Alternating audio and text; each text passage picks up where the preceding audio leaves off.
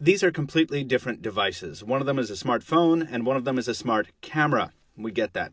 But they've each been touted as delivering an excellent photo shooting experience, and that's what we're here to test. I'm Michael Fisher, this is Pocket Now, and this is Samsung Galaxy Camera versus Nokia Lumia 920.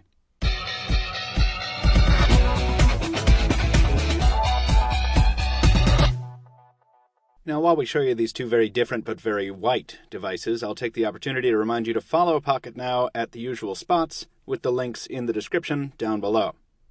Now that we got that out of the way, let's go ahead and compare these device cameras quickly from hardware and software perspectives, and then we'll get into real-world shots and a footage face-off. Let's go. First, let's talk about some lens differences here. The Lumia 920's camera is a smartphone shooter, but it's one of a different breed.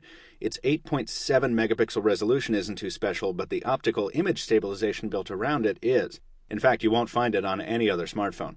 The optics are Carl Zeiss, its f-number is 2.0, and it's got a 26mm focal length.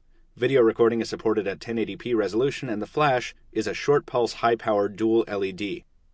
On the software side, there's very little here to set this apart from any other Windows Phone. Hopping into the photo settings reveals the stark Windows Phone interface with scenes, ISO adjustment, exposure control, white balance control, and a few other settings. We also have access to Windows Phone's lens functionality here, which on a Nokia device especially means a whole lot of added functionality via third-party apps.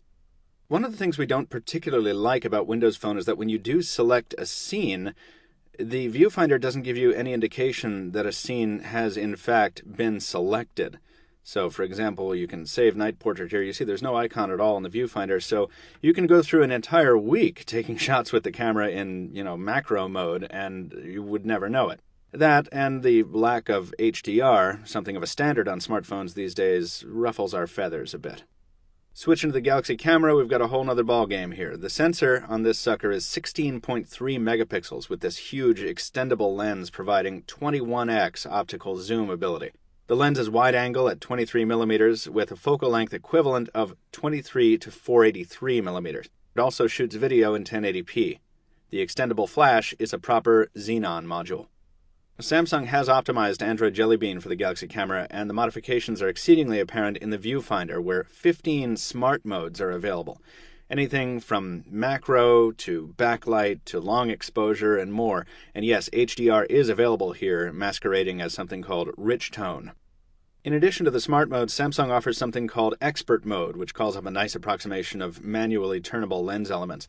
This is basically a much fancier looking way of adjusting ISO and exposure, which we can still do in the Lumia, but the settings here are broader because of the more advanced camera, and advanced users can also change their aperture settings. It's the kind of granular control you expect from a camera designed for what I'll call the expert amateur, if that makes sense.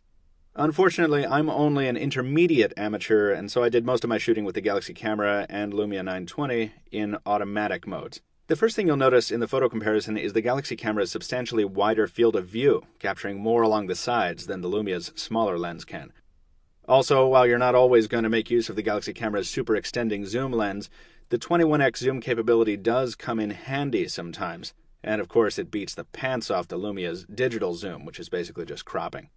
The Lumia wins, though, on night shots, beating the Galaxy camera as handily as it beats any other device in low-light conditions. Even in night mode, the Galaxy camera couldn't pull much detail out of this dark basement. The Lumia 920 in the same mode almost made it look like I'd turned a light on. Nokia continues to excel in this department. In better lit conditions, the results are harder to quantify. The Lumia sometimes delivers warmer colors and sometimes it doesn't. Both cameras shine in the daylight.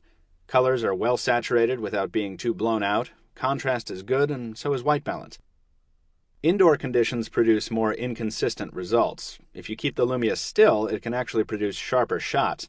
The key is being able to keep it still, which isn't always easy.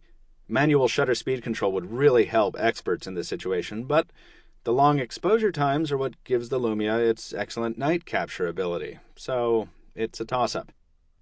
As for video, we had to compress and crop these to get them in this comparison, so you'll want to see the unprocessed sample footage on our YouTube channel, but a quick comparison shows the Galaxy camera delivers warmer tones indoors. The biggest surprise came from audio, though, which is much more robust on the Galaxy camera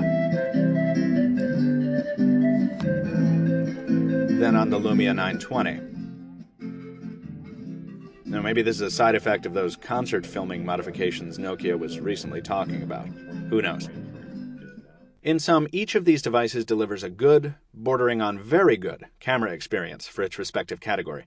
Each has its sweet spots and particular preferences, and a more experienced photographer could do much more than I could do in this quick comparison.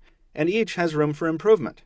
You'll probably never be in a situation where you're choosing one of these over the other, but if you're planning on buying either, we hope you found this quick comparison useful. But where's the real PureView versus Galaxy camera comparison, you ask? Well, we know this is not necessarily the PureView versus Galaxy camera comparison you were looking for, but stay tuned for more, because in the coming weeks we absolutely will be putting the Galaxy camera up against the real beast from Nokia, the 808 PureView. Stay tuned for that. To avoid missing it, follow us at the links down in the description. If you like this video, give us a thumbs up. And once again, I'm Michael with Pocket Now. Stay tuned for a lot more. Thanks for watching.